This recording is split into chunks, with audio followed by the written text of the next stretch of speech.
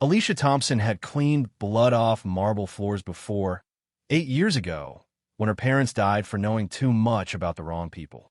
Now she pushed a mop through the Vale Corporation lobby at dawn, invisible to everyone, exactly how she needed to be. The black SUV across the street had been watching for 3 days. The fake driver in Jonathan Hale's sedan kept touching his earpiece. The men pretending to smoke moved like hunters. She recognized the signs because she'd been trained to recognize them in another life, before she learned that sometimes the best way to survive is to disappear. But when the CEO reached for his car door, Alicia saw her parents' murder about to repeat itself, and every instinct she'd buried screamed to life. In 5 seconds, she would shatter 3 years of carefully maintained invisibility with a single shout. What happened next would prove that the most dangerous person in any building isn't always the one in the corner office. Sometimes it's the one holding the mop. Just before we get back to it, I'd love to know where you're watching from today, and if you're enjoying these stories, make sure you're subscribed. The marble floors of the Vale Corporation building gleamed under the early morning light, reflecting the soft glow of dawn through the towering glass windows. Alicia Thompson moved her mop and practiced rhythmic strokes across the pristine surface, her movements so familiar they'd become almost meditative. At 32, she'd been cleaning these floors for 3 years now, arriving each morning at 5:30 sharp, long before the executives in their $1,000 suits would stride through the lobby. Most people never noticed her.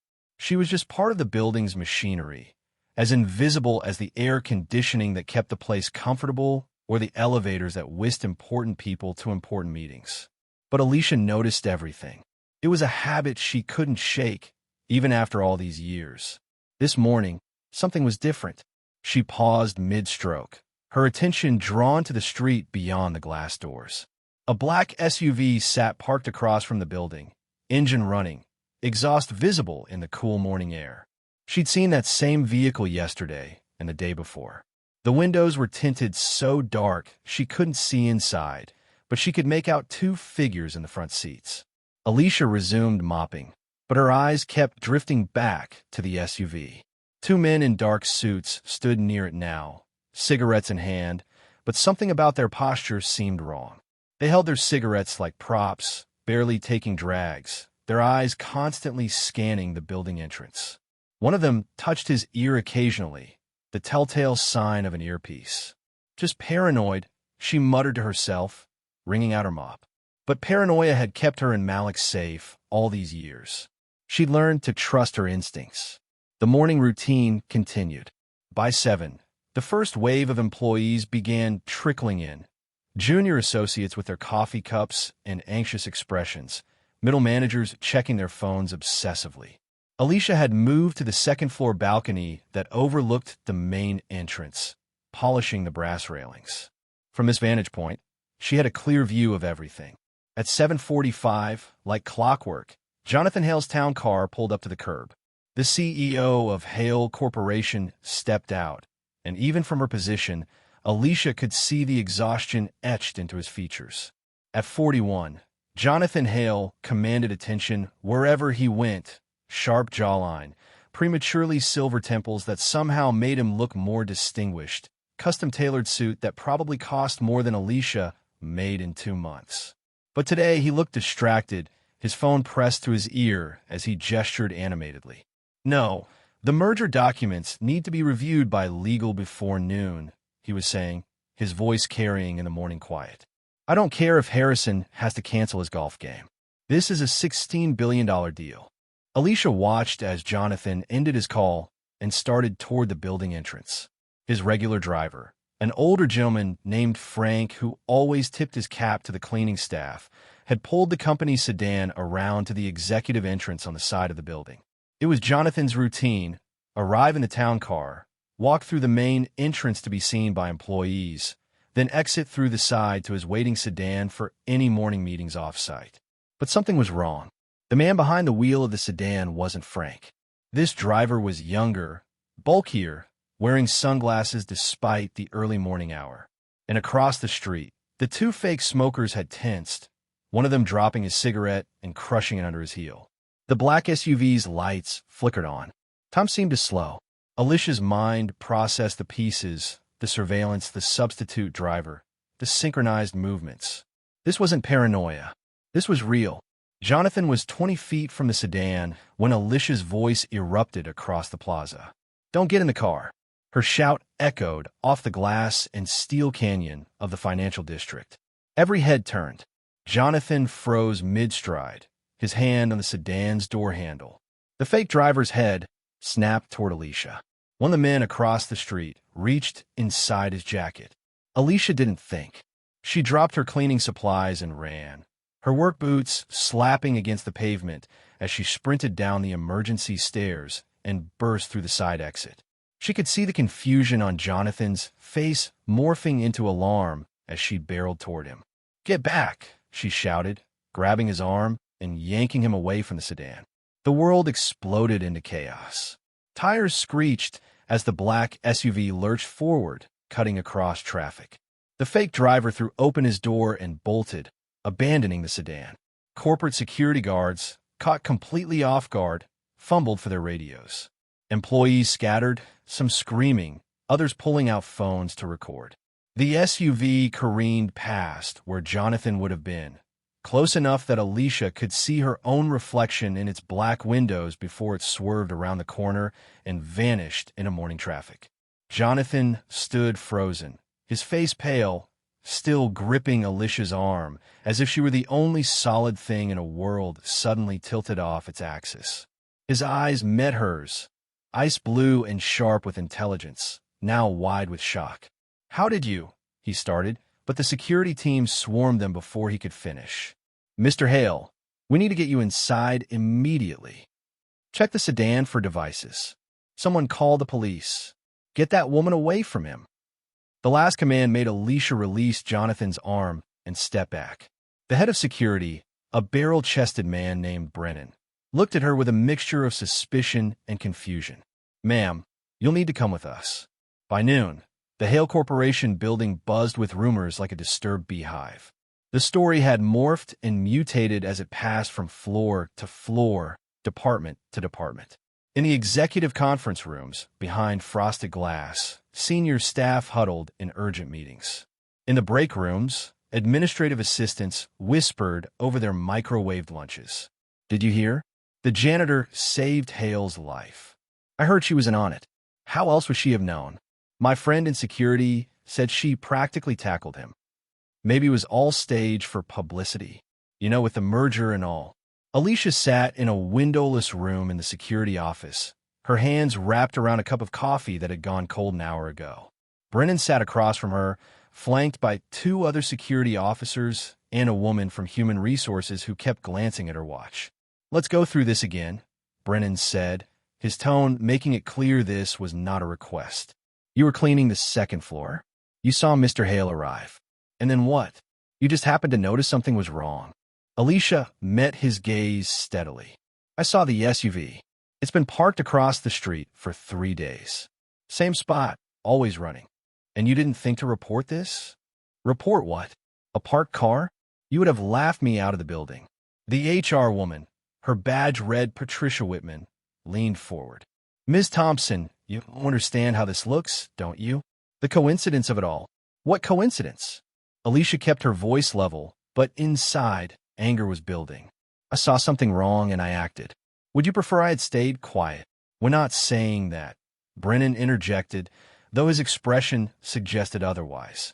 "But you have to admit, your awareness seems unusual for someone in your position." "Someone in your position." The words hung in the air like a slap. Alicia had heard variations of them her whole life. Too smart for a janitor. Too observant for someone who just cleans. As if intelligence and poverty couldn't coexist. "I pay attention," she said simply. "It's not a crime. No one's suggesting it is," Patricia said with a practiced smile that didn't reach her eyes. "We're just trying to understand the full picture. For the report." They kept her there for 3 more hours, going over the same questions, probing for inconsistencies. When they finally released her, the sun was setting, painting the city in shades of orange and gold. Alicia gathered her things from her locker. They'd been searched, of course, and headed for the exit. "Ms. Thompson," She turned to find Jonathan Hale standing by the elevators. Up close, without the chaos and adrenaline, she could see the fine lines around his eyes, the slight tremor in his hands that he was trying to hide by keeping them clasped behind his back. Mr. Hale. She wasn't sure what else to say. Thank you for not having me arrested. Sorry for grabbing you. I wanted to thank you, he said, and something in his voice suggested these words didn't come easily to him. What you did this morning. I owe you my life. You don't owe me anything. I just did what anyone would do. No, he said firmly. They wouldn't. My entire security team, trained professionals, saw nothing. But you did. How? The question hung between them. Alicia could give him the easy answer. Luck, coincidence, being in the right place at the right time. But something in his eyes, a genuine curiosity beneath the executive facade, made her pause. The car had been there for days, she said. Same spot, same time. The men pretending to smoke. Nobody holds a cigarette like that unless they're pretending. And your regular driver, Frank, he always wears that veteran's cap.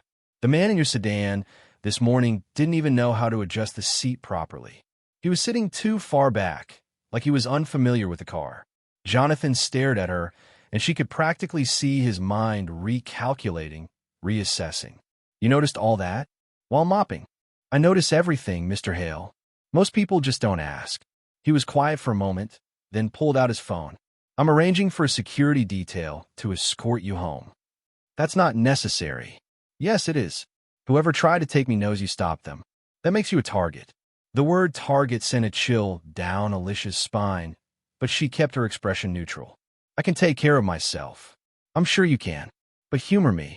It's the least I can do.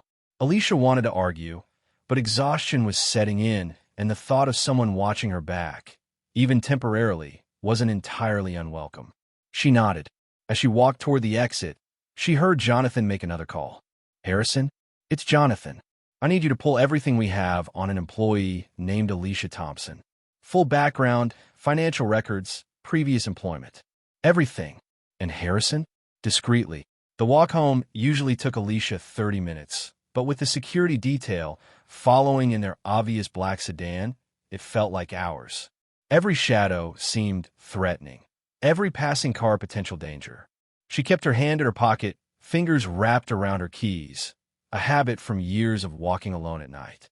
Her apartment building stood like a tired soldier in a row of similar structures, brick facades stained with age and weather. The security detail waited until she was inside before pulling away, but Alicia knew they'd circle back. Jonathan Hale didn't seem like the type to do things halfway. She climbed the 4 flights to her apartment. The elevator had been broken for 6 months and unlocked the 3 deadbolts she'd installed herself. Inside, the familiar sight of home greeted her. Worn but clean furniture, walls decorated with Malik's artwork, the faint smell of the lavender candles she bought from the dollar store. Alicia? That you? Malik emerged from his room, all gangly limbs and worried eyes. At 17, he was hitting that stage where he was all knees and elbows, growing too fast for his coordination to keep up. His face, so much like their mother's, creased with concern. You're late. And you look like, he paused, taking in her appearance more carefully. What happened? Long day at work. She kicked off her boots and headed to the kitchen. You eat yet? I made spaghetti. There's a plate in the fridge for you. But seriously, what's wrong? You've got that look. What look? The same one you had when those guys were hassling Ms. Rodriguez last month. Alicia smiled despite herself. Her brother was too observant for his own good. A family trait, apparently. There was an incident at work. Nothing to worry about. An incident that has you checking the windows? Malik had noticed her glancing at the fire escape. Come on, I'm not a kid anymore. She heated up the spaghetti and sat down at their small table, Malik across from her. In the soft light of their kitchen, she could see the worry in his eyes, the way he was trying to seem older, more capable. It broke her heart a little. Someone tried to hurt my boss today. I helped stop it. Hurt how? They tried to kidnap him, I think. But I saw it coming and warned him. Malik's eyes widened. You saved Jonathan Hale? The Jonathan Hale? The billionaire? He's not a billionaire. His company is worth billions. There's a difference. Still, Malik shook his head in amazement. That's huge. You're like a hero. I'm not a hero. I just... A sound from outside made them both freeze. Footsteps on the fire escape, slow and deliberate. Alicia stood, pushing Malik behind her, her hand reaching for the knife block on the counter. The footsteps continued up, past their window, to the apartment above. They both exhaled. Just Mr. Chun, Malik said, but his voice shook slightly. Yeah, just Mr. Chun. But as Alicia looked at her brother, saw the fear he was trying to hide, she realized Jonathan had been right. She was a target now. And worse, that target extended to the one person she'd sworn to protect above all others. That night, after Malik had gone to bed, Alicia sat by the window, watching the street below. A car sat parked across from their building, engine off, windows dark. It might have been nothing. This neighborhood had its share of people who sat in cars at odd hours for various reasons. But after today, nothing felt like coincidence anymore. She thought about Jonathan Hale's face when she'd grabbed him, the shock giving way to something else. Respect, maybe, or curiosity. He'd looked at her, really looked at her, possibly for the first time since she'd started working at his building. Tomorrow she'd have to go back, face the whispers and stares, pretend everything was normal while knowing that someone out there wanted her employer dead or captured. And now they knew she was willing to stand in their way. As if responding to her thoughts, her phone buzzed with a text from an unknown number. Stay out of things that don't concern you. Alicia deleted the message, but the threat lingered in the air like smoke. She pulled the curtains closed and checked the locks one more time. Tomorrow would bring new challenges, but tonight, she and Malik were safe. That had to be enough. The morning air felt different as Alicia approached the Hale Corporation building. Yesterday, she'd been invisible. Today, every eye seemed to track her movement. The security guard at the employee entrance, who'd never so much as nodded at her before, stood straighter as she swiped her keycard. "Morning, Miss Thompson," he said, and there was something in his tone, respect mixed with suspicion. "Morning, Davis." Inside, the marble lobby that she'd cleaned countless times felt like a stage. A group of junior executives stopped talking as she walked past. Two secretaries from the fourth floor actually stepped aside to let her pass, as if she'd suddenly become someone important. Or dangerous. Alicia kept her head down and headed for the supply closet. Her supervisor, Carl Briggs, was waiting for her, his thick arms crossed over his chest. "Hell of a thing yesterday," he said, not quite meeting her eyes. "Yeah. Got reporters calling. Asking about you." "I'm not talking to reporters." Good. He shifted uncomfortably. "Look, Alicia, some of the others, they're saying things. About how you knew. Some think maybe you were involved somehow." Involved? The word tasted bitter. "You think I arranged to have someone kidnapped just so I could save him?" "I don't think anything. But others..." He shrugged. "Just watch yourself. Not everyone's happy about a janitor being in the spotlight." Before Alicia could respond, the supply closet door opened. Jonathan Hale stood there, looking out of place among the mops and industrial cleaners. "Ms. Thompson." A word. Carl's eyes widened. In 3 years, the CEO had never ventured into the service areas. "Mr. Hale, sir, I can have a report to your office." "No need." "Ms. Thompson." Jonathan gestured toward the hallway. Alicia followed him, acutely aware of Carl's stare boring into her back. Jonathan walked with purpose, leading her not to the executive elevator, but to a quiet corner of the lobby, near the indoor fountain that nobody ever sat by. "How did you know?" "No." He stepped closer, lowering his voice. "You knew exactly what was happening. You didn't hesitate, didn't second-guess. You knew." Alicia considered her options. The truth would open doors she'd rather keep closed. But lies had a way of unraveling, especially under scrutiny from someone like Jonathan Hale. "I've seen that car before," she said finally. "Not just the past 3 days. 2 weeks ago, it was parked outside the Riverside office when you had that meeting with the Japanese investors. Last month, it followed your car when you left the charity dinner at the Morrison Hotel."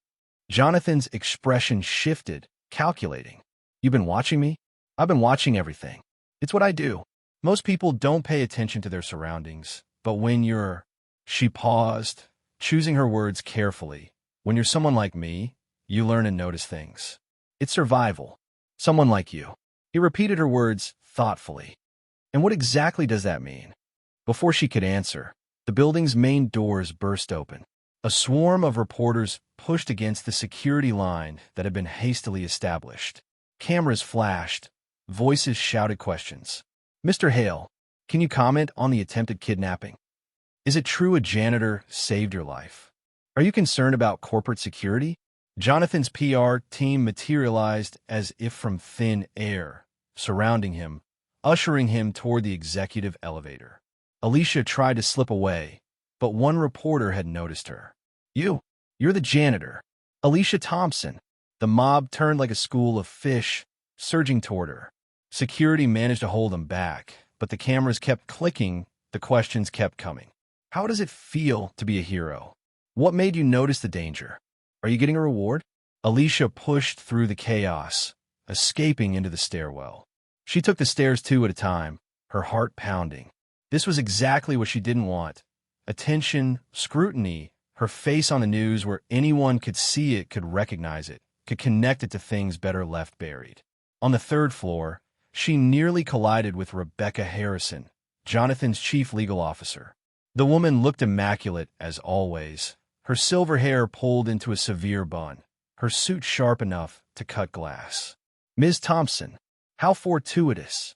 Her smile was cold. The board would like a word. It wasn't a request. The boardroom occupied the entire northeast corner of the 40th floor, its windows offering a panoramic view of the city. Alicia had never been this high in the building before. The air even smelled different up here. Leather and expensive cologne instead of cleaning products and coffee. 7 board members sat around a table that probably cost more than Alicia made in 5 years. She recognized some from the corporate photos in the lobby, old money types with names that appeared on hospital wings and museum galleries. Ms. Thompson, the chairman, William Stratford, didn't invite her to sit. We appreciate your actions yesterday. However, we have concerns. Concerns? This incident has raised questions about our security protocols, Rebecca Harrison said. Questions about how someone in your position noticed what our professional security team did not. Maybe your security team isn't as professional as you thought. The words escaped before Alicia could stop them. The room temperature seemed to drop several degrees. That's a serious accusation, Stratford said slowly. It's an observation. Your security team didn't notice a surveillance vehicle that had been casing the building for 2 weeks. They didn't notice that Mr. Hale's regular driver had been replaced. They didn't notice the spotters across the street. Either they're incompetent or what? Rebecca leaned forward, or someone told them not to notice. The silence that followed was deafening. Board members exchanged glances, conversations conducted entirely through raised eyebrows and pursed lips. That's quite enough, Stratford said. Ms. Thompson, we're grateful for your intervention, but I think it's best if you maintain a low profile going forward. For your own safety, of course. Of course. The media attention is unfortunate. We'll be handling all press inquiries internally. You're not to speak to any reporters. I hadn't planned to. Good. You may go. Alicia turned to leave, but Stratford's voice stopped her. One more thing. It would be unfortunate if this incident were to give you ideas above your station. You're a janitor, Ms. Thompson. Yesterday doesn't change that. The dismissal was clear. Alicia left the boardroom, her hands clenched into fists. She made it to the elevator before the rage really hit. Ideas above her station. As if saving someone's life was somehow inappropriate for someone who cleaned toilets. The elevator opened on the 20th floor, and Jonathan stepped in. They rode in silence for a moment. The board gave you the speech, didn't they? He said finally. About knowing your place? Something like that. They're scared. When powerful people get scared, they get stupid. The elevator continued its descent. What you said about someone telling security not to notice. Do you really believe that? Don't you? He didn't answer, but she saw his jaw tighten. The elevator opened at the ground floor. As they stepped out, Jonathan's head of security, Brennan, was waiting. Sir, we've finished the preliminary investigation. The vehicle was stolen, reported 2 days ago. The fake driver. No ID on him, but we have footage. And he hesitated. What? Your regular driver, Frank. He was found this morning. St. Mary's Hospital. Someone worked him over pretty good. Broken ribs, concussion. He's stable, but... Jonathan's face darkened. When? Night before last. Same night the car was reported stolen. Alicia felt the pieces clicking together. This wasn't some impulsive kidnapping attempt. It had been planned, coordinated.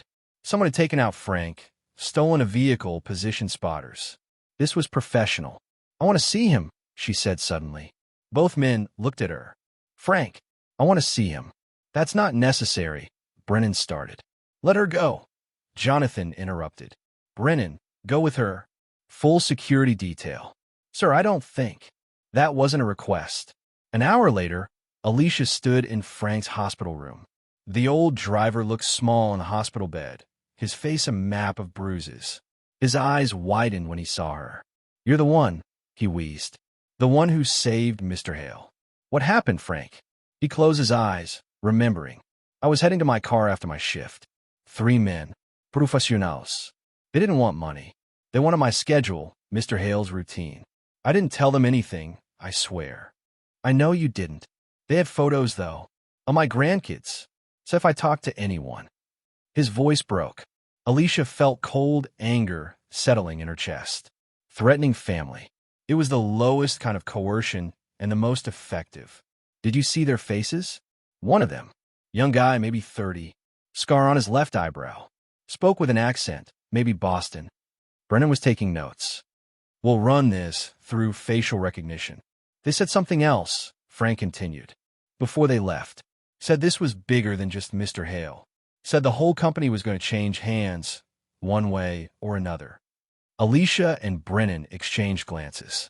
A hostile takeover, but not through boardrooms and stock options. Through force. That evening, Alicia returned to her apartment to find Malik doing homework at the kitchen table, medical textbooks spread around him. He wanted to be a doctor, had the grades for it, just not the money. Another reason Alicia kept her head down and her job secure. How was school? Fine. How was being famous? Exhausting. She started making dinner, chicken and rice, simple but filling.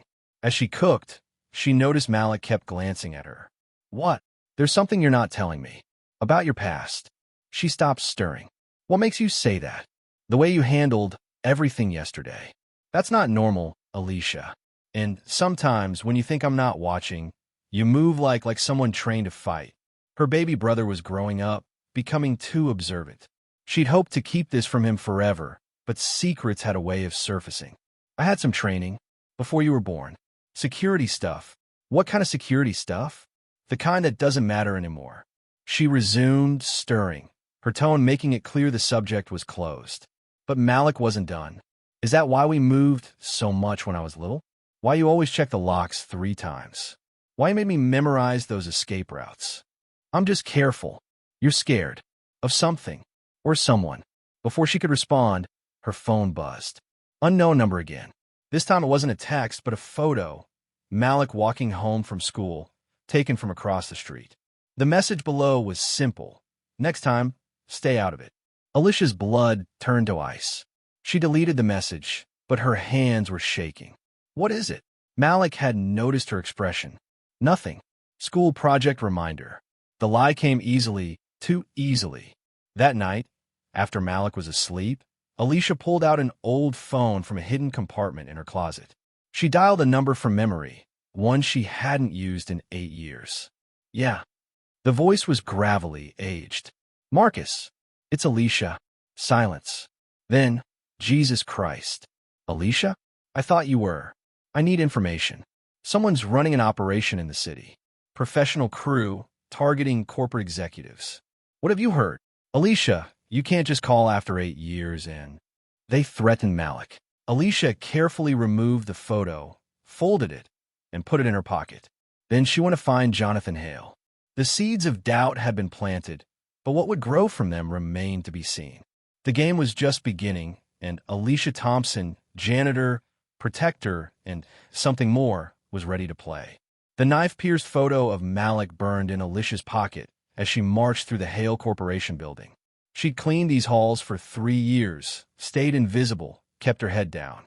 But they'd crossed a line. Threatening her was one thing. Threatening Malik was unforgivable.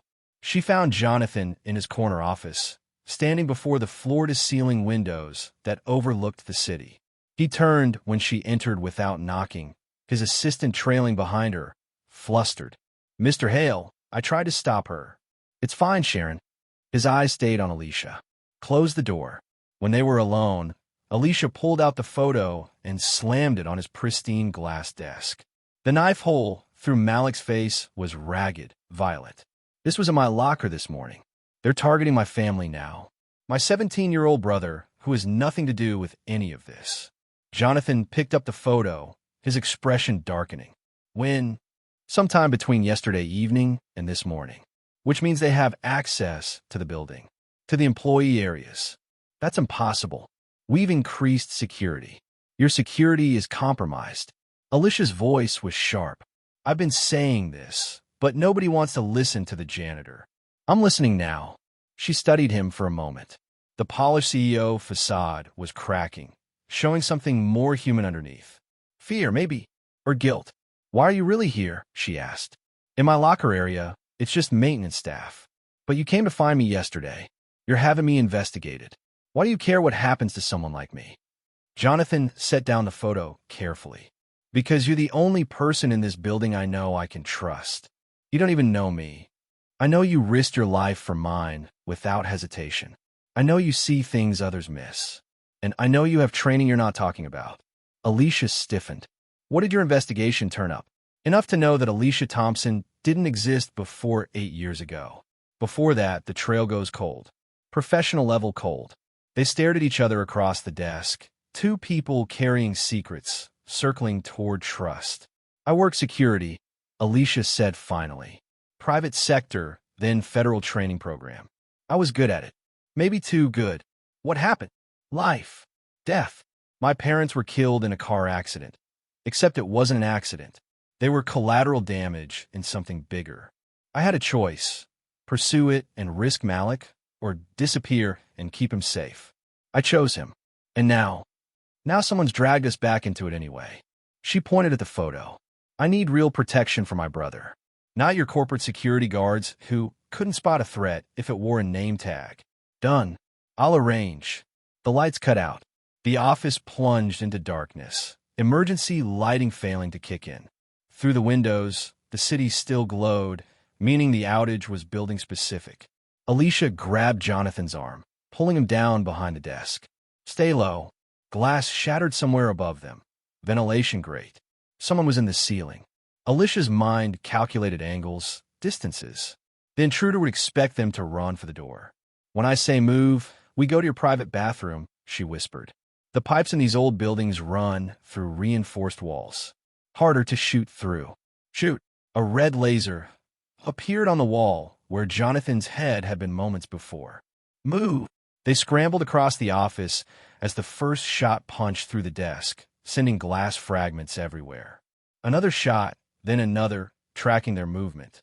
Alicia shoved Jonathan into the bathroom and slammed the door, immediately dropping to the floor.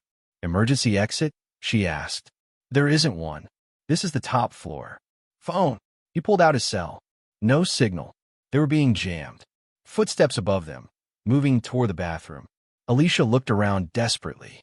Marble fixtures, gold faucets, a small window. The window. "Can you swim?" she asked. "What?" "We're 40 floors up.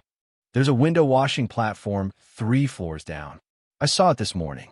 You want us to jump 3 floors?" "No, I want us to climb." She grabbed a towel, wrapped it around her hand, and punched through the window. Cold air rushed in. "Unless you'd rather wait for them to come through that door." The doorknob rattled. Someone was picking the lock.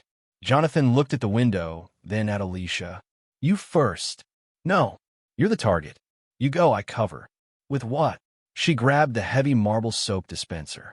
"Go." Jonathan climbed through the window, his expensive suit catching on the broken glass. The wind hit him immediately, 40 floors up with nothing but a narrow ledge. He pressed against the building, trying not to look down. Alicia followed, pulling the window shut just as the bathroom door burst open. Through the frosted glass, she saw a figure in black tactical gear, rifle raised. "Moo!" She pushed Jonathan along the ledge. "Don't look down, just slide your feet." They inched along the building's face, wind tearing at their clothes. Jonathan's knuckles were white as he gripped whatever handholds he could find. Below, the window washing platform hung like a promise of safety, 12 feet down and 20 feet to their left. Behind them, the bathroom window exploded outward. The shooter was following. "We jump on 3, Alicia said. "This is insane." 1. A bullet sparked off the stone inches from Jonathan's hand. 2. Another shot, closer. 3. They leaped. For a moment, they were flying 40 floors above the city streets. Then impact, they hit the platform hard, metal groaning under their weight. Jonathan rolled, nearly going over the edge before Alicia caught his arm. The platform's motor was at the other end. Alicia hit the controls, and they started descending slowly, too slowly. Above, the shooter was repositioning. "We're sitting ducks," Jonathan gasped. Alicia looked down. 37 floors to go. At this rate, they'd be picked off in seconds. She made a decision. "Hold on to me." "What?" She grabbed the platform's safety cables, wrapping them around her hands. "I said hold on." She kicked the motor housing, breaking the speed governor. The platform dropped into free fall. They plummeted past floor after floor, the cables smoking through Alicia's wrapped hands. Jonathan held on to her waist, his face buried against her shoulder. 20 floors, 15, 10. Alicia pulled hard on the cables, friction burning through the towel wrapping. The platform's descent slowed, jerked, slowed more. They crashed onto the third-floor balcony, the platform swinging wildly. Security guards burst through the balcony doors, weapons drawn. But these were Jonathan's men, their faces familiar. "Mr. Hale, are you injured?" "Get us inside," Alicia ordered, taking command naturally. "Full lockdown, nobody in or out. And get me Brennan. Now." The security office was chaos.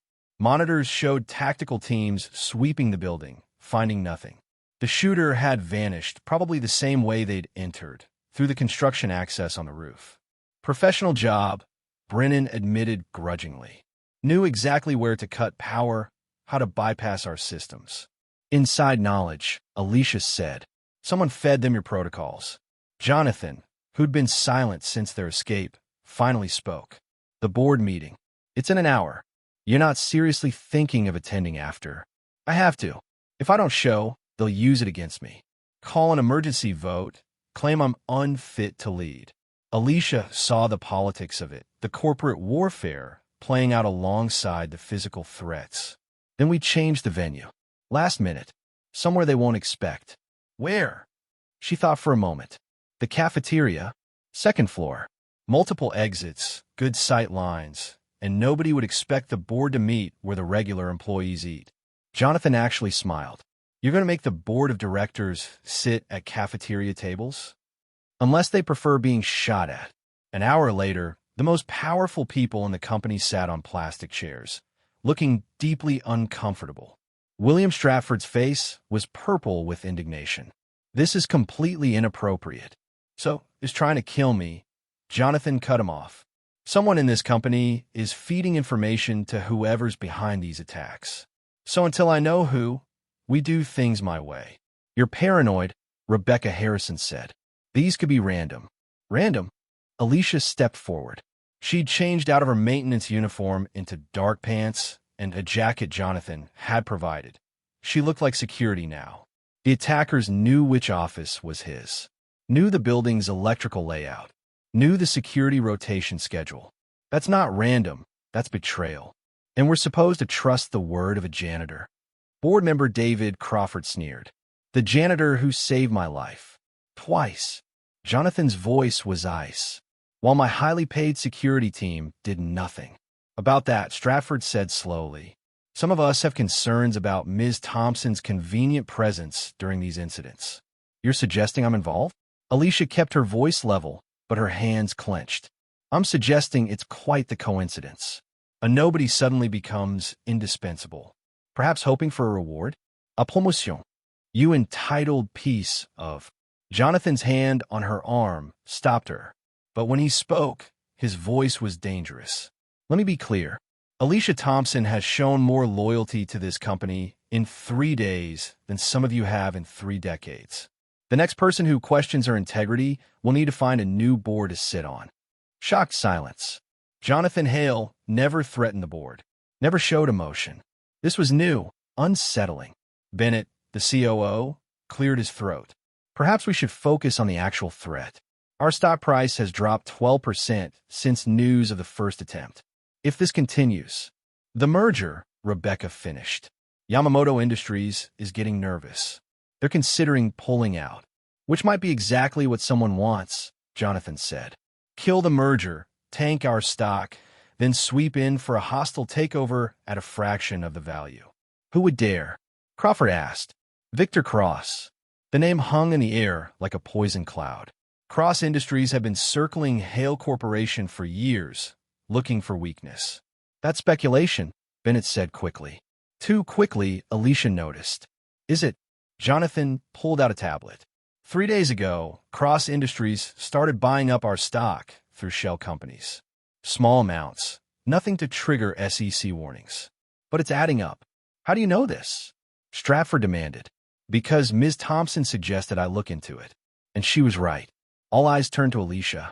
She met their stares steadily. I pay attention to patterns. The timing of the attacks, the stock movements, the merger deadline, it all points to a coordinated corporate raid. Someone wants Hale Corporation, and they're willing to kill for it. Even if that's true, Rebecca said, what do we do? We can't prove Cross is behind this. We set a trap, Alicia said. The charity gala tomorrow night. They'll expect Mr. Hale to cancel show weakness. Instead, he goes, very publicly, forces their hand. That's insane. Crawford sputtered. You want to use our CEO as bait? No, Jonathan said quietly. I want to end this. Ms. Thompson is right. Hiding shows weakness. But we control the venue, the guest list, everything. We make them come to us. The board argued for another hour, but eventually agreed. As they filed out, Bennett lingered, approaching Jonathan. This is a dangerous game you're playing, trusting an outsider. Alicia's not an outsider. Not anymore. Bennett's expression flickered. Something dark, quickly hidden. I hope you know what you're doing. After he left, Alicia turned to Jonathan. He's involved. Bennett? He's been with the company 15 years. Exactly. Long enough to know everything. Trusted enough to have access. Watch him tomorrow night. That evening, Alicia finally made it home to find her apartment under subtle surveillance. Unmarked cars at both ends of the street. A utility worker who was far too alert. Jonathan's private security, as promised. Inside, Malik was cooking dinner, trying to act normal. "You've got bodyguards now?" he asked, attempting a joke. "Temporary situation." "Right." He stirred the pot of soup with unnecessary focus. "Alicia, I need to know. Are we running again?" The question hit her like a punch. How many times had she uprooted him? How many schools, friends, lives interrupted? "No," she said firmly. "This time we're not running. Even if it gets dangerous, it's already dangerous. But running doesn't solve anything. It just delays the problem." Malik nodded slowly. "Good. I like it here. I like my school. I don't want to start over again." "You won't have to. I promise." But as she said it, her phone buzzed. Marcus had finally responded. "The crew you're asking about, they're not local. International players. Connected to someone called the Architect. Be careful, kid. This is bigger than corporate warfare." The Architect. Alicia hadn't heard that name in 8 years. Her blood ran cold. The Hale Corporation Command Center had been transformed overnight into something resembling a military operation room. Monitors covered every wall, showing feed from the hotel where tomorrow's gala would be held. Security personnel ran through scenarios while technicians tested communication equipment. Alicia stood beside Jonathan, watching the organized chaos.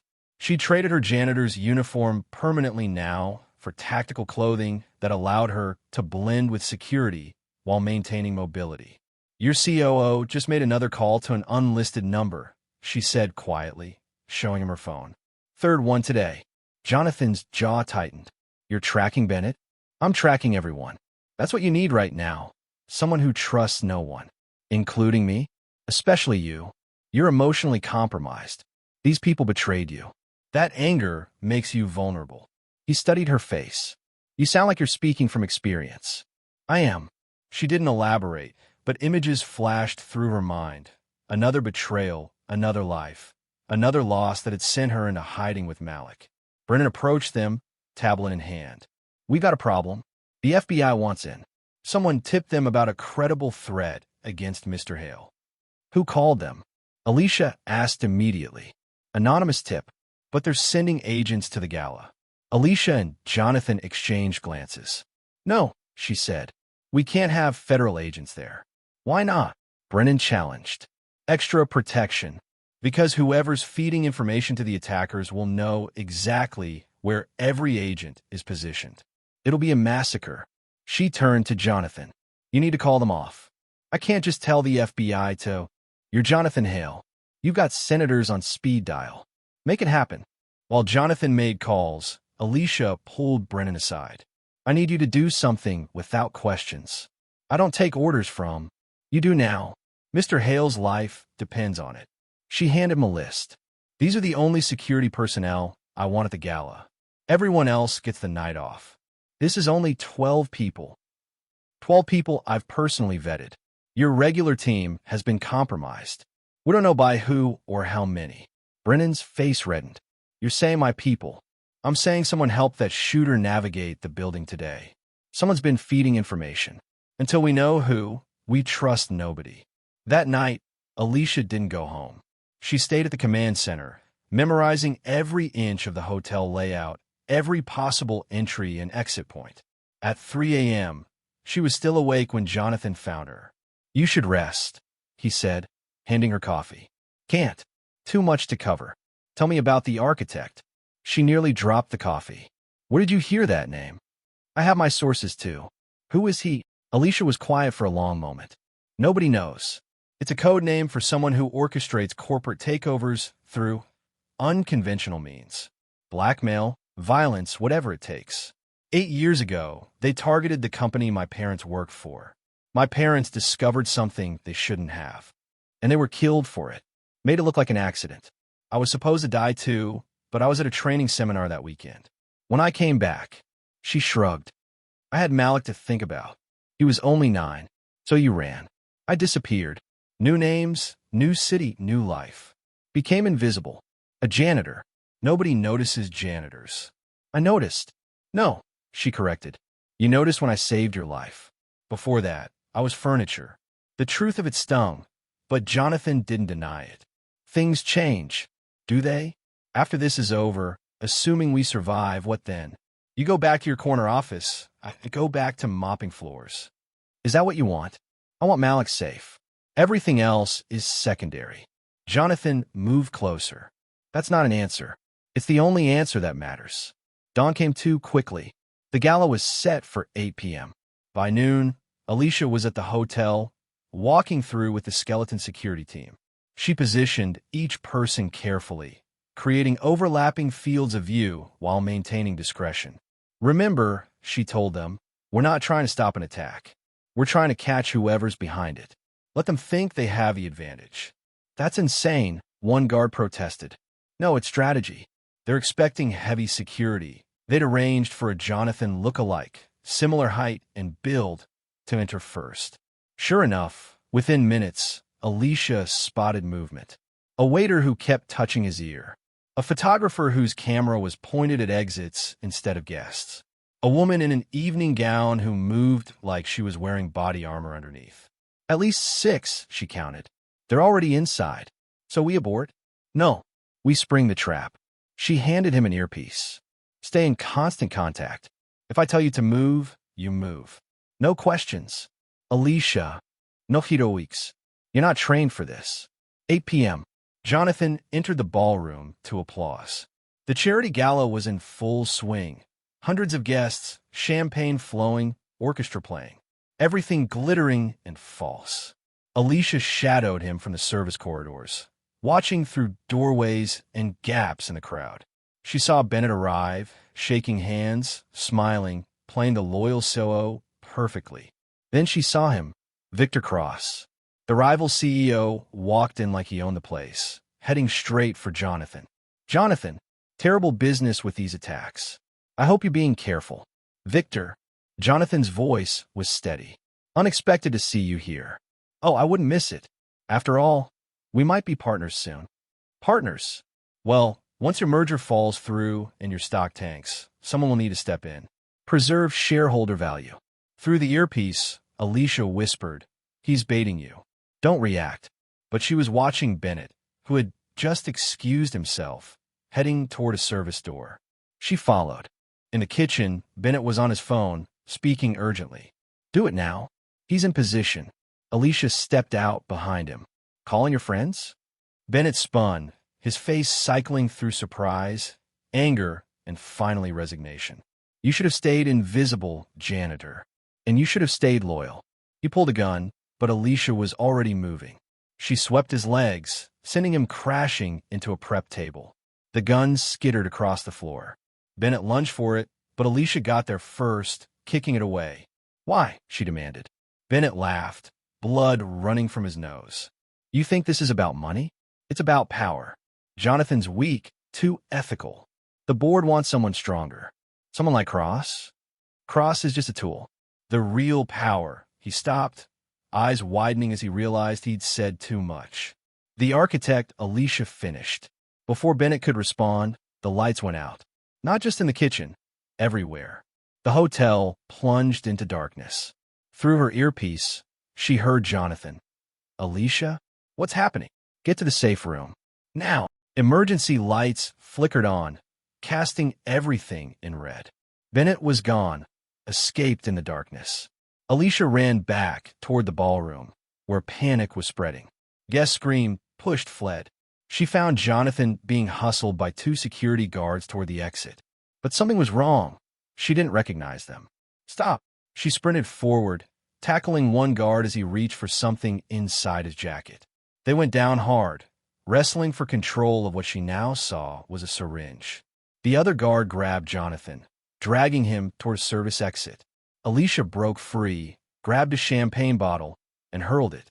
It caught the guard in the head, stunning him long enough for Jonathan to break away. The safe room, she shouted. They ran together through the chaos, Alicia leading the way through service corridors she'd memorized. Behind them, footsteps pounded, multiple pursuers. A shot rang out, shattering a mirror beside them. Another shot, closer. They burst into the safe room, a reinforced conference room Alicia had prepared. She slammed the door, engaging the locks. This won't hold for long, she said, pulling out her phone. No signal. They were being jammed again. Jonathan was breathing hard, his tuxedo torn. Bennett, he's the inside man. Has been all along. I trusted him. 15 years, I trusted him. That's what they count on. Trust makes you vulnerable. The door shuddered under impact. Someone was trying to break through. Alicia looked around the room, calculating. There's a maintenance shaft behind that panel. It leads to the parking garage. You want us to crawl through. The door cracked. Another hit, and it would give. Unless you have a better idea. They ripped open the panel and crawled into the shaft just as the door burst open. In the confined space, they could hear voices. They went through the shaft, cut them off at the garage. Alicia and Jonathan crawled faster, knees scraping on metal, until they reached another panel. Alicia kicked it open, and they dropped into the parking garage. It was too quiet. This is a trap, Jonathan whispered. I know, but sometimes the only way out is through. They moved between cars, staying low. The exit was 50 feet away when figures emerged from behind vehicles, 6 of them, armed, surrounding them. Victor Cross stepped out, clapping slowly. Brilliant effort, truly, but the game's over. Is it? Alicia asked. Cross frowned at her confidence. Then his eyes widened as he heard sirens. Lots of them, getting closer. You called the cops? He snarled. FBI, actually, Alicia said. Turns out they don't like being told to stay away. Makes them very interested in why someone would want them gone. The garage filled with federal agents, weapons drawn. Cross and his men dropped their guns, hands rising. But Bennett was nowhere to be seen. As Cross was handcuffed, he smiled at Jonathan. You think you've won? You have no idea how deep this goes. The architect doesn't lose. After he was taken away, Jonathan turned to Alicia. It's not over. No, she agreed, looking at the city lights beyond the garage. But tonight we survived. That's enough. Is it? She thought of Malik, hidden away but safe. Of the threats still lurking in shadows. Of Bennett, escaped and dangerous. It has to be. For now. The aftermath of the parking garage arrest should have felt like victory, but Alicia knew better. As FBI agents swarmed the hotel, taking statements and processing evidence, she stood in the shadows, watching Jonathan field questions from federal investigators. Victor Cross was in custody, his mercenaries arrested, but Bennett had vanished like smoke. We need to talk. Agent Sarah Coleman approached Alicia, her FBI badge glinting under the fluorescent lights. You're not really a janitor, are you? I clean buildings for a living. That makes me a janitor. With tactical training? Who taught you to move like that? Alicia stayed silent. Coleman studied her for a moment, then pulled out a tablet. Alicia Thompson. Existed for 8 years. Before that, nothing. But I ran your prints through our database. Alicia's heart rate spiked, but she kept her expression neutral. Nothing came up, Coleman continued. Which is interesting, because everyone's prints are somewhere. DMV, employment records, something. Unless someone very good scrubbed them. What do you want? The truth. About the architect. The name hung between them. Alicia glanced at Jonathan, who was still surrounded by agents. Not here. Too many ears. Coleman nodded and led her to a quiet corner of the hotel's security office. We've been tracking the architect for 12 years. Corporate espionage, assassination, hostile takeovers through violence. But never a face, never a real name. Because the architect isn't one person, Alicia said quietly. It's a network. Cut off one head, another takes over. You've dealt with them before. It wasn't a question. Alicia weighed her options. The FBI could be an ally, or they could destroy the life she'd built. 8 years ago, they killed my parents. May it look accidental. I was supposed to die too. What? My mother was a forensic accountant. She found something, money trails, shell companies, a web of corruption that went higher than anyone imagined. She tried to go to the authorities. What happened? The authorities were compromised. The architect had people everywhere. Law enforcement, judiciary, corporate boards. My parents died before they could expose it. Coleman leaned forward. Do you still have her research? No. I burned everything. Had to. They were hunting me and Malik. But you remember. Alicia met her eyes. I remember everything. Before Coleman could respond, Jonathan burst in. Alicia, we have a problem. Malik's safe house. The guards aren't responding. Ice flooded Alicia's veins. She grabbed her phone, calling Marcus. No answer. She tried Malik. Nothing. I have to go, she told Coleman. We're not done. My brother's in danger. We're done. She ran from the hotel, Jonathan following. His driver, the real one this time, Frank had insisted on returning to work despite his injuries, had the car running. The address, Jonathan told Frank, then turned to Alicia. I've got a security team heading there now. Your security is compromised, remember? Not these guys. Private contractors I've used before. Military trained. They raced through the city, Alicia's mind spinning through possibilities.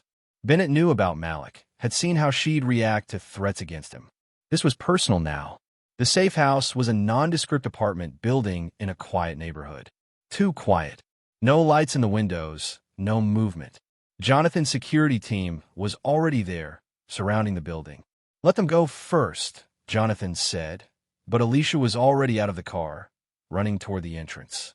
She took the stairs 3 at a time, her heart pounding. The apartment door was ajar, lock broken. She pushed it open, weapon drawn. She'd taken one from the hotel security. The living room was destroyed. Furniture overturned, blood on the walls. Marcus lay unconscious near the kitchen, breathing but badly beaten. Malik! Alicia shouted, searching frantically. A groan from the bedroom. She found her brother tied to a chair, bruised but alive. Relief flooded through her as she cut his bonds. I'm okay, he said immediately, though his voice shook. They wanted you. Said you'd come if they took me. Who? Bennett. Yeah, him and others. They left 10 minutes ago. Said to give you this. He handed her a phone. As soon as she touched it, it rang. Hello, Alicia. Bennett's voice was calm, amused even. Or should I use your real name? Where are you? Close. We need to talk. Alone. No FBI. No security. No billionaire boyfriend. Jonathan's not. Midnight. The old Riverside factory.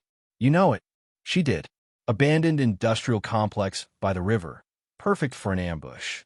If I don't come, then tomorrow's headlines will be very interesting. Janitor with fake identity suspected in corporate terrorism. The FBI will find evidence linking you to the attacks. Your brother will go into foster care. Everything you've built will crumble. You're bluffing. Am I? Check your apartment. The real one. The line went dead. Alicia looked at Malik, then at Jonathan, who'd just entered. We need to go to my apartment. Now. They left Malik with the security team and Marcus, who was conscious now, insisting he was fine despite the obvious concussion. The drive to Alicia's building was tense, silent. Her apartment door was untouched, but inside, everything had changed. The walls were covered with photographs, surveillance shots of her over the years, documents she thought she'd destroyed, copies of her mother's research. My God, Jonathan breathed, taking in the damning collage. In the center of it all was a single document, a forged federal warrant for her arrest, backdated, with enough fabricated evidence to destroy her life. They've been watching me for years, Alicia said numbly, waiting for the right moment. We'll fight this. My lawyers can't fight evidence that goes back 8 years. They've built a perfect frame. She touched a photo of her parents. The architect plays the long game. Jonathan pulled her away from the wall. So what do? I go to the meeting. That's suicide.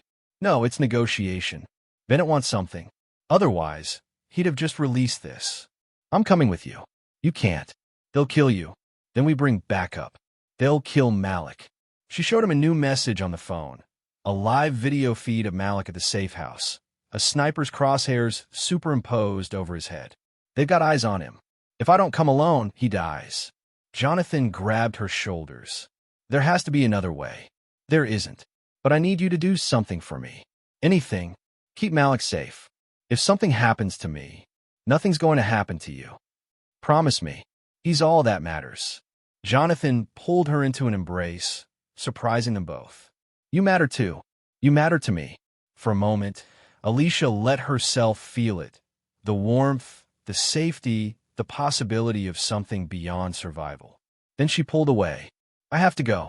The Riverside factory loomed against the night sky, a skeleton of rusted metal and broken glass.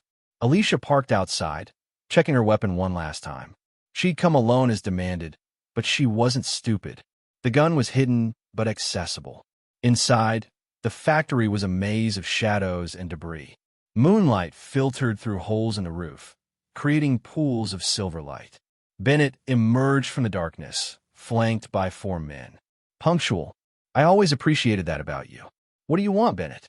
What I've always wanted. Order. Stability. Profit. He began circling her, the men maintaining their positions. Jonathan's too soft, too concerned with ethics and fairness.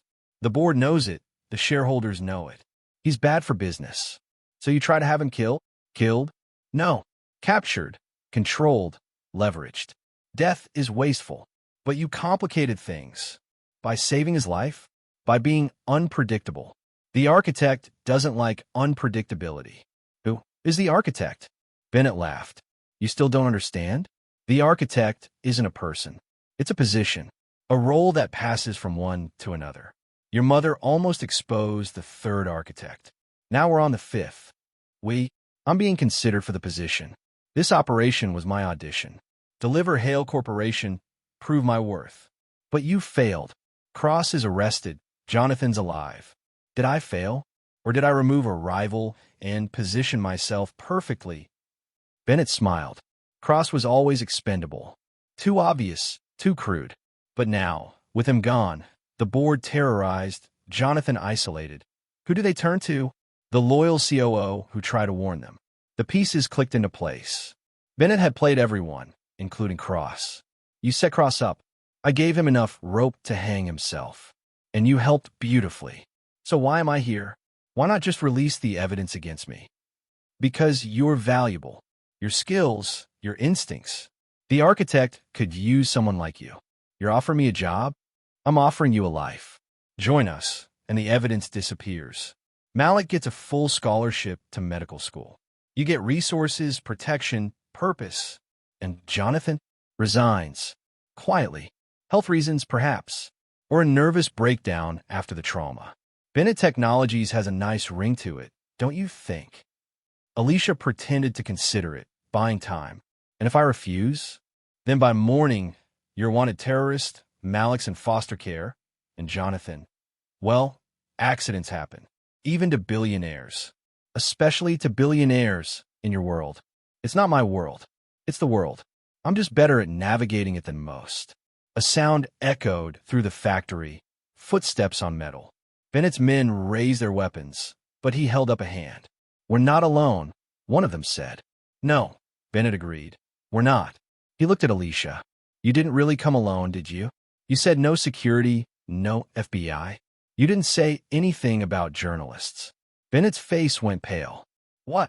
Every major news outlet in the city is surrounding this building right now. Live feeds, satellite trucks. Whatever happens here will be witnessed by millions. You're bluffing. Alicia pulled out her phone, showing him a live news broadcast. Breaking news.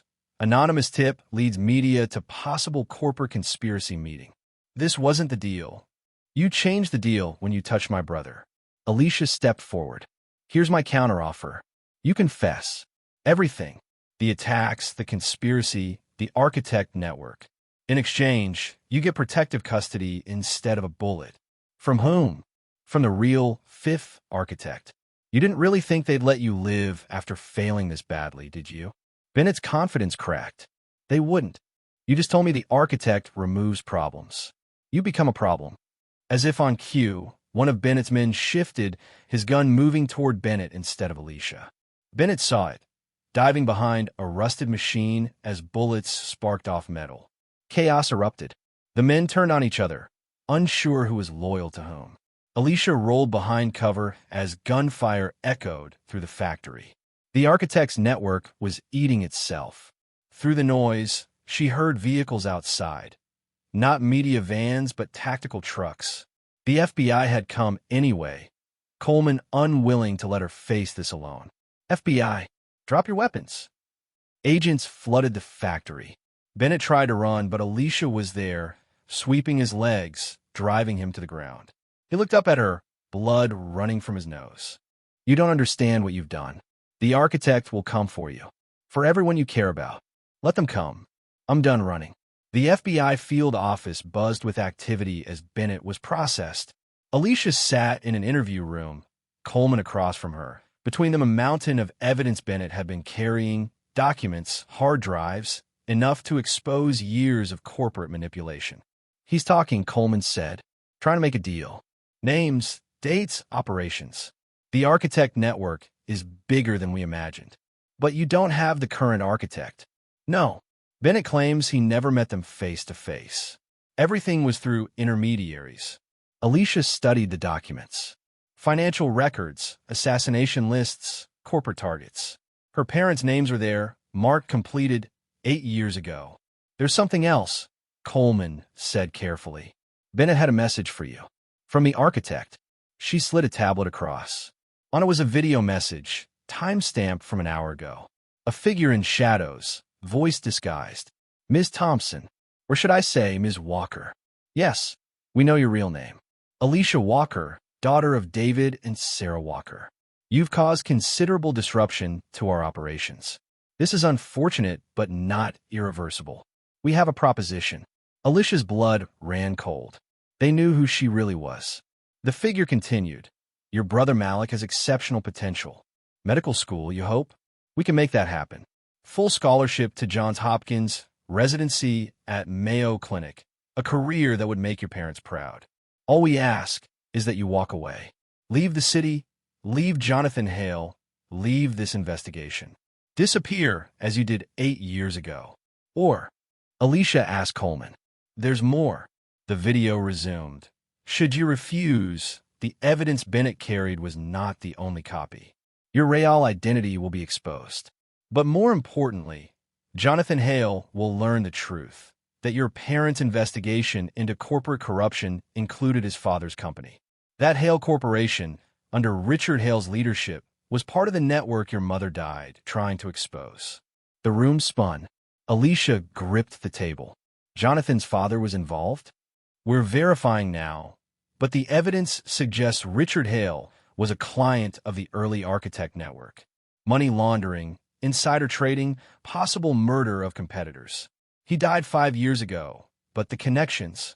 Jonathan doesn't know. No, and if this comes out, it destroys him. His entire legacy, his company's reputation, everything he's built on his father's foundation, it all crumbles. Alicia stood, pacing. The architect had found the perfect leverage. Expose the truth and destroy the man she'd come to care about. Or walk away and let the network survive. I need to see Jonathan.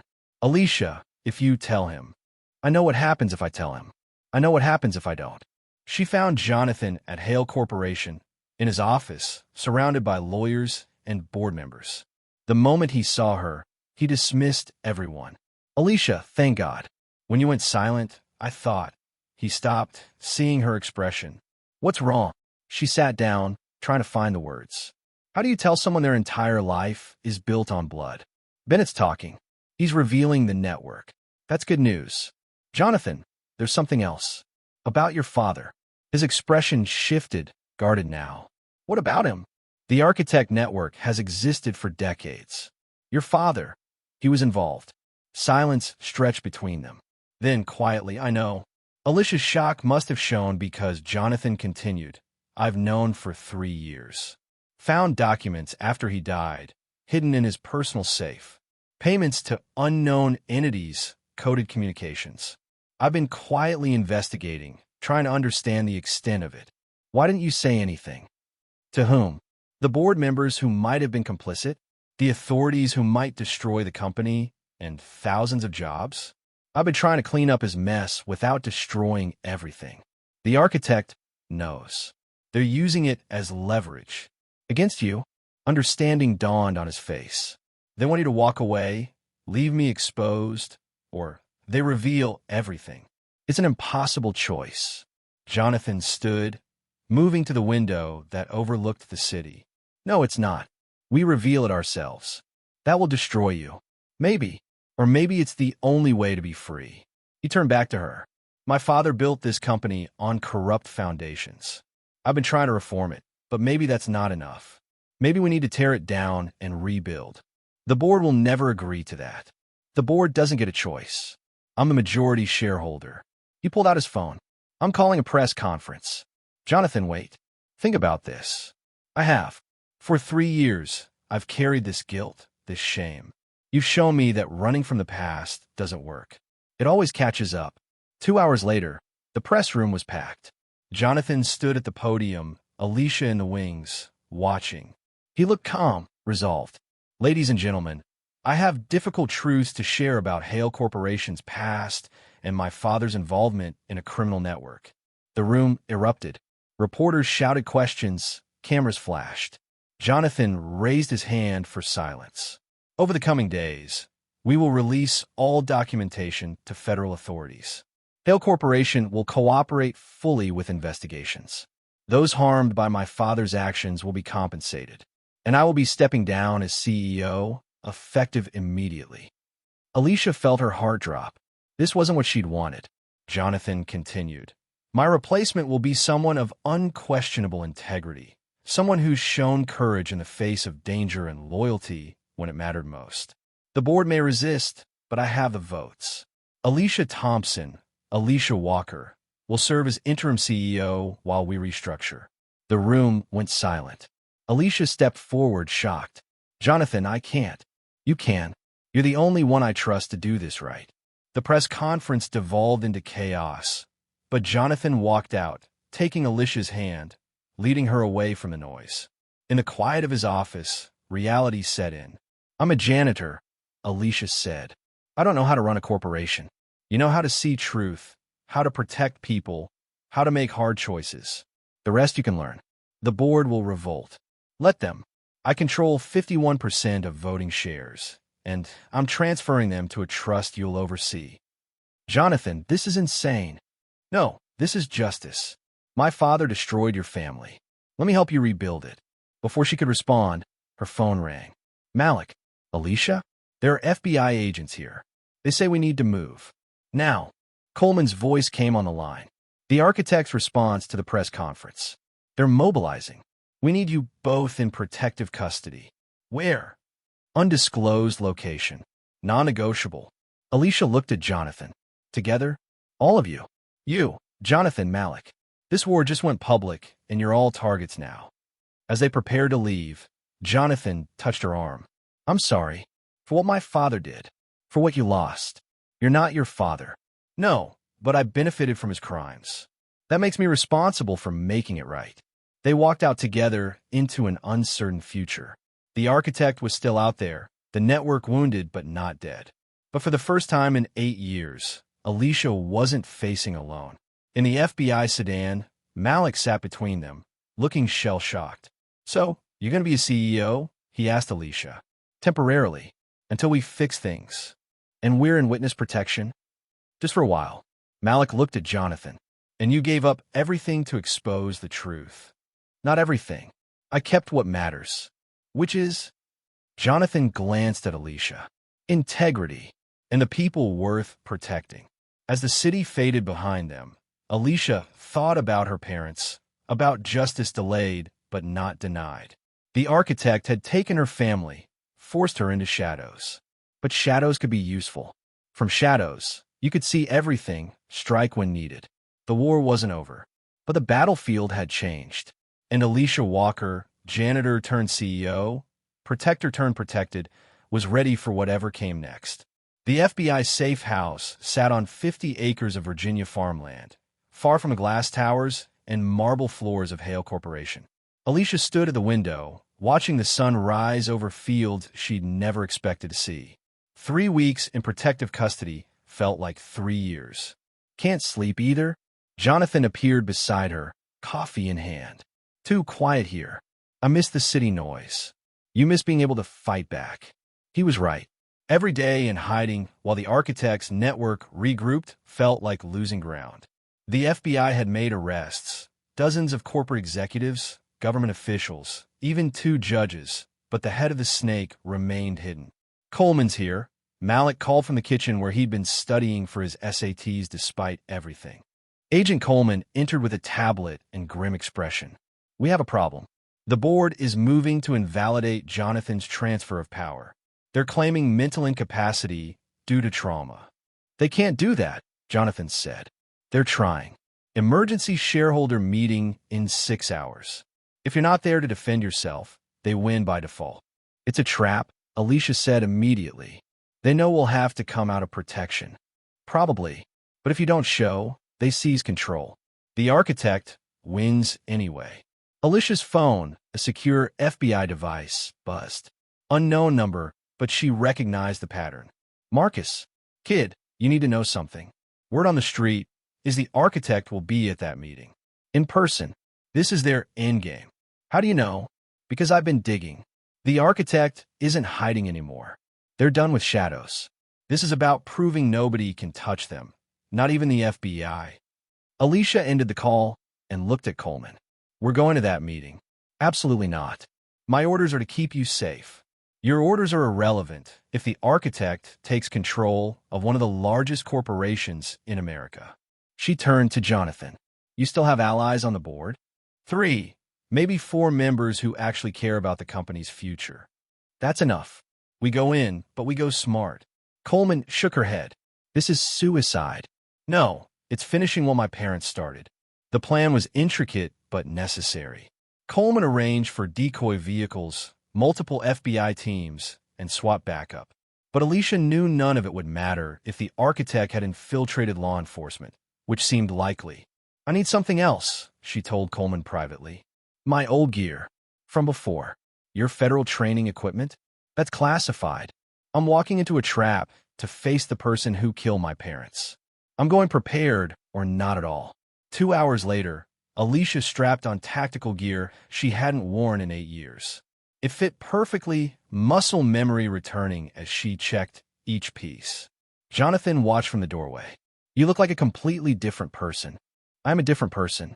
This is who I was before I became invisible. I prefer the visible you. She met his eyes. Even if visibility gets us killed, especially then, at least we're fighting. Malik appeared, looking young and scared. You're really going back there? Alicia hugged him tight. We finished this today, one way or another. What if you don't come back? Then you take that medical school scholarship the FBI arranged, and you become the doctor Mom and Dad would have been proud of. I'd rather have my sister. You'll always have me, even if... Don't. Malik pulled back. Don't say goodbye. Just promise you'll come back. I promise we'll try. The Vale Corporation building looked different as they approached. More fortress than office building. Security vehicles surrounded it, but Alicia noticed inconsistencies.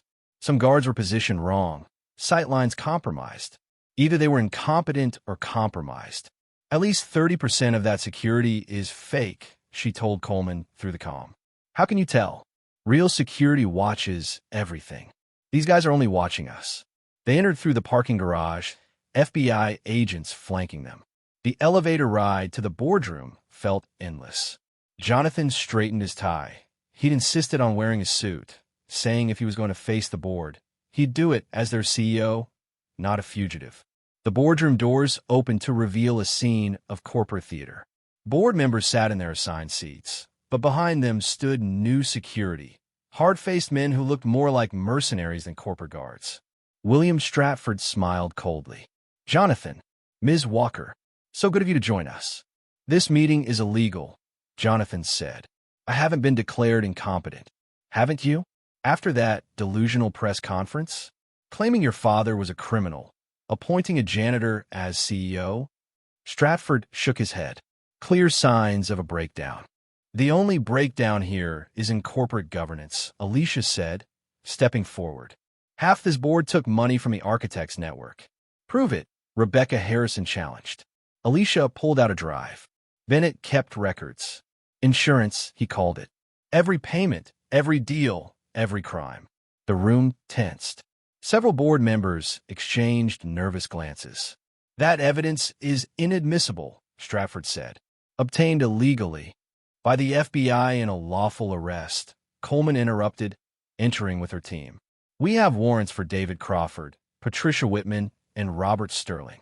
Chaos erupted as FBI agents moved to arrest the named board members. The mercenary guards reached for weapons, but Coleman's team was ready. Nobody move, Coleman shouted. In the confusion, Alicia noticed one figure sitting calmly at the far end of the table. Someone she hadn't seen before. A woman in an expensive suit, watching everything with amused detachment. Hello, Alicia, the woman said, her voice cutting through the noise. Or do you prefer Ms. Walker? Everyone froze. The woman stood, and Alicia saw her face clearly for the first time. Her blood went cold. No, you're dead. Death, like identity, can be negotiable with the right resources. The woman smiled. It's been 8 years, but you haven't changed much. Jonathan looked between them. Alicia, who is this? Catherine Pierce, Alicia said numbly. My mother's partner at the accounting firm. She died in the same accident that killed my parents. Clearly not, Catherine said. Though your parents did die. Shame, really. Sarah was brilliant. She just couldn't leave well enough alone. You killed them. You were the third architect. I was. Until I retired and let others take the reins. But when you started causing problems, well, I had to come back. Some things require a personal touch. Coleman raised her weapon. You're under arrest. Catherine laughed. Am I? Check your communications, Agent Coleman. Coleman's earpiece crackled. Stand down. Orders from Washington. Pierce has immunity. That's impossible. The architect network goes higher than you imagined, Catherine said. Senators, cabinet members, agency directors. You can't arrest me because the people who sign your paychecks won't let you. Alicia felt rage building. This woman had killed her parents, destroyed her life, and now stood there untouchable. You're wrong about one thing, Alicia said quietly. I have changed. She moved before anyone could react, vaulting over the conference table. Catherine's guards responded, but Alicia was already past them. 8 years of suppressed training exploded into motion. She hit Catherine hard, driving her into the window. The glass cracked but held. "You took everything from me." Catherine smiled, even as Alicia's hands found her throat. "And I'd do it again. Your mother was going to destroy an empire we spent decades building." "Good." Jonathan pulled Alicia back as guards surrounded them, weapons drawn. But Alicia saw something in Catherine's eyes, surprise, maybe even fear. "You're not untouchable," Alicia said. "You just made a mistake. You showed your face. Now everyone knows who you are. It doesn't matter. I have immunity from prosecution, not from a court of public opinion." Alicia pulled out her phone, showing a recording app. "This entire conversation has been live streaming. Millions of people just heard you confess to murdering my parents." Catherine's composure finally cracked. "You little." "The architect works in shadows," Alicia continued. "But you just stepped into the light. How long before your network abandons you? How long before you become a liability?" Catherine's phone rang. She answered, her face paling as she listened. "Understood," she said finally, then looked at Alicia. "You've won this round. But the network survives. It always survives." "Not anymore," Jonathan said, stepping forward. "As CEO of Vale Corporation, I'm announcing a full forensic audit. Every transaction, every connection to the architect network will be exposed. Other companies will follow. Your empire is crumbling." Catherine moved toward the door, her guards forming a protective circle. "This isn't over." "Yes, it is," Coleman said. "Your immunity deal? It was contingent on cooperation. Confessing to murder on live stream violates that agreement. You can't. I can't. But they can." Coleman pointed out the window where news vans had gathered, reporters already broadcasting. "You're the most wanted woman in America now. Good luck finding shadows to hide in." Catherine ran, her guards hustling her toward the elevator. But Alicia knew she wouldn't get far. Not with her face on every screen in the country. "It's over," Jonathan said quietly. "Not quite," Stratford interrupted.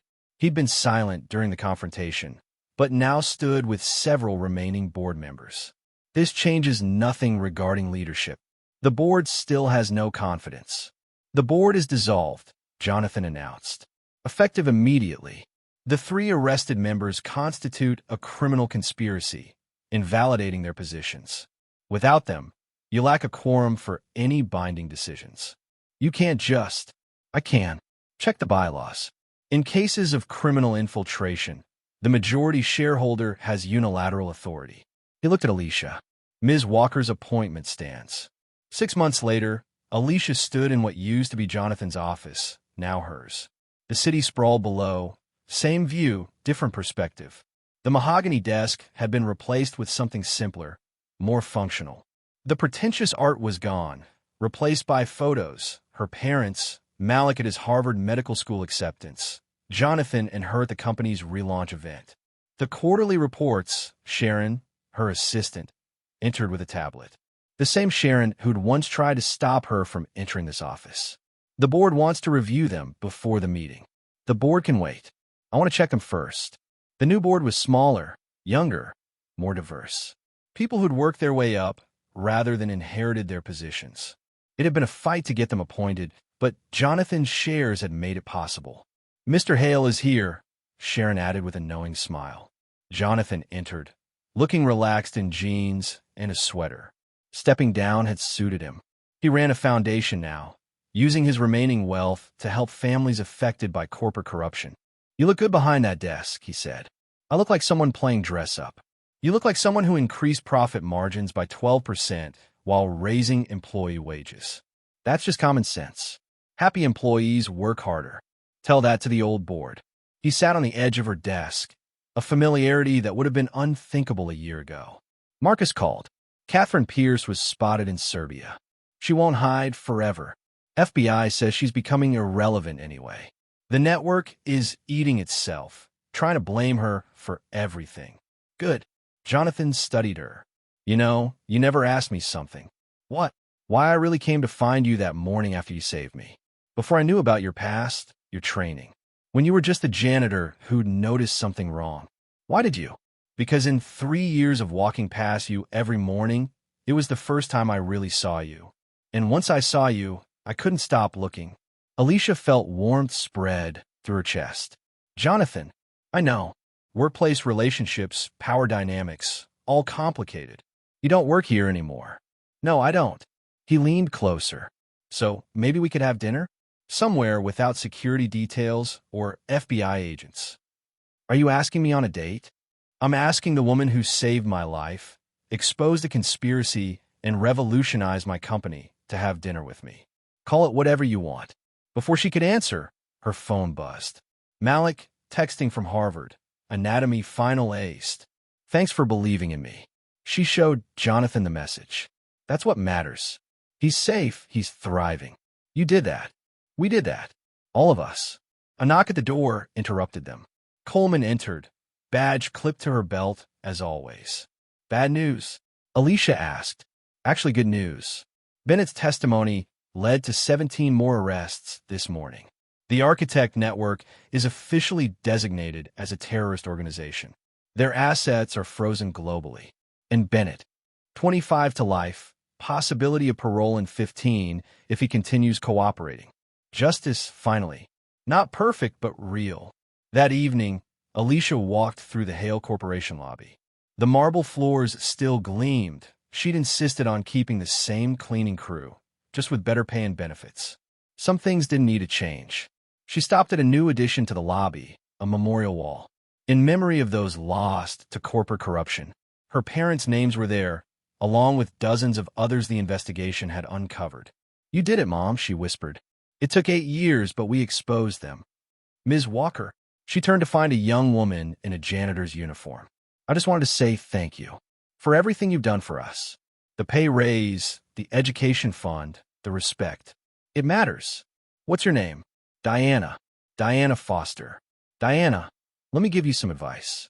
Pay attention to everything. You see things from down here that people up there miss. Don't let anyone tell you that makes you less valuable. Diana smiled. Yes, ma'am. As Alicia left the building, she found Jonathan waiting by a normal car.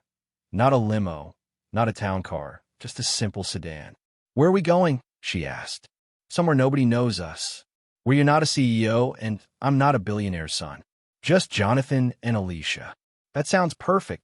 They drove through the city as night fell, past the Riverside factory where Bennett had tried to trap her, past the hotel where the Gala had gone wrong, past her old apartment building where this had all started. Any regrets? Jonathan asked. No. Well, one. What?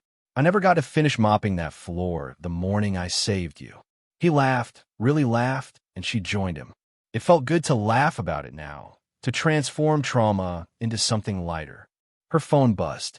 Marcus, her old contact. Kid, you should know, there's talk about making you an example. The good kind.